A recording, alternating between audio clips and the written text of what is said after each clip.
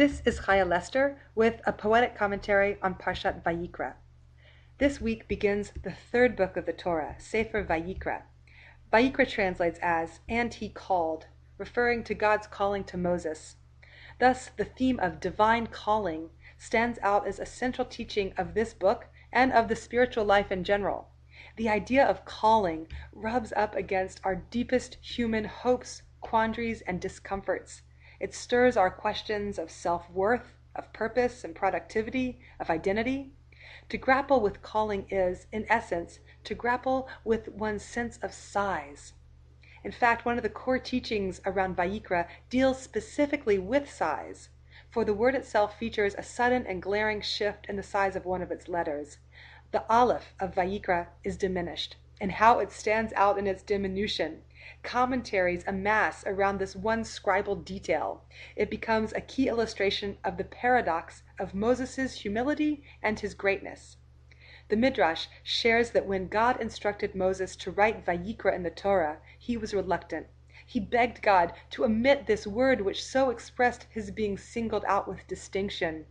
God insisted the word be retained, though agreed to one concession. He said, "Reduce the letter Aleph to a small size. This will indicate that you humbled yourself and made yourself small."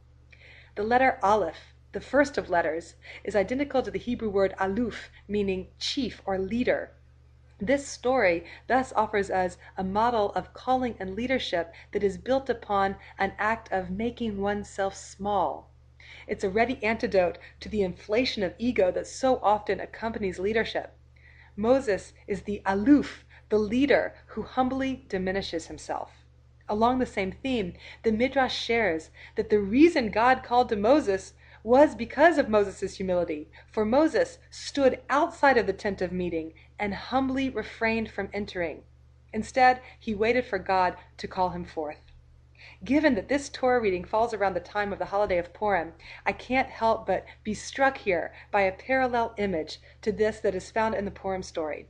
For the defining moment of the Purim narrative is when Esther defies the royal decree against approaching the king without being called. In order to save her people, Esther risks life and limb to approach the king, who of course is taken as a metaphor for God. She approached without being called. Her act of initiative succeeds and proves her to be the leader of the generation. The contrast to Moses' tale is striking. Whereas Moses in his humility shrunk away from approaching God until called, Esther, with great chutzpah, rose to the task of approaching the king without being called. And in that she was rewarded, and in that she fulfilled her calling.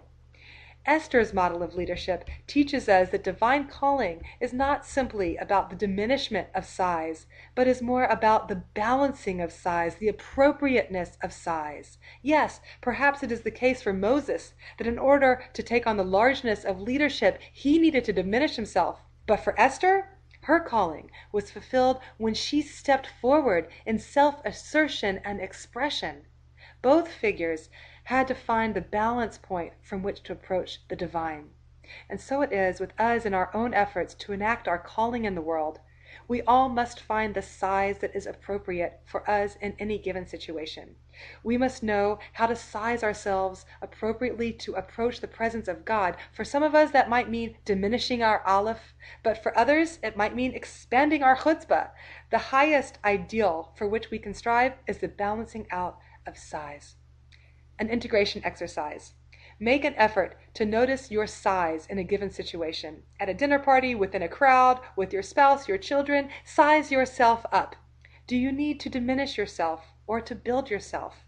Should you speak out or should you keep silent? What is your calling at that moment? And ask yourself what size best fits that task. This is called a prayer for proportion. Hashem, what do you want of me? To shine or to shy? To bury or to blare? Am I called to sit demure or am I called to dare? And if I blaze too bright and brazen, will you cover me with your hovering of ceiling soft and cloud? Or if I cower too cautious, will you pillar into fire, to summon me to summits higher than I myself allow? Is our lesson in the listening, or is it in the rowdy row of song?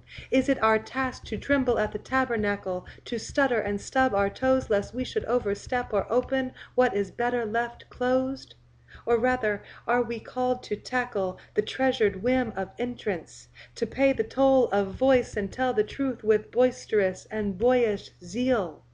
Perhaps it is our destined path to steal the stash of cunning keys of calling clad in harmonies, to push aside the tapestry to the draped domain of God enshrined within our very sleeves? What of we who have traced long genealogies of uncalled for humility, all too familiar with the art of a whisper, the firm push of a hush? What of we who have witnessed minions of withholding and modesty gone amuck? And all we want to do is step through the crowd who cower at the gate and enter into the incensed din of witness, to be seen and to be shown, to allow for expression where long lines of repression have sown something not humble or holy, but something pained, estranged from calling, withheld and shamed. And yes, I blame the black belts of chastity, and rather belt a song to set the frenzy of shifting tides in sighs of perpetuity. For I want no tight wrap of scroll to seal my children's lips. I want them to quip well equipped, practiced as piano scales, instilled with skills of opening to gusts of prayer, where yawn is turned to song, and closets into windows, full of phosphorescence and ever-falling music notes, to not be thrown by winds of all too human trends, to know intuitively to choose how to speak and when, to know when to request a feast, to save something precious from becoming extinct. So please help us as we strive in the balancing out of size and shine. Instill in us the wisdom to know how to best approach the King divine.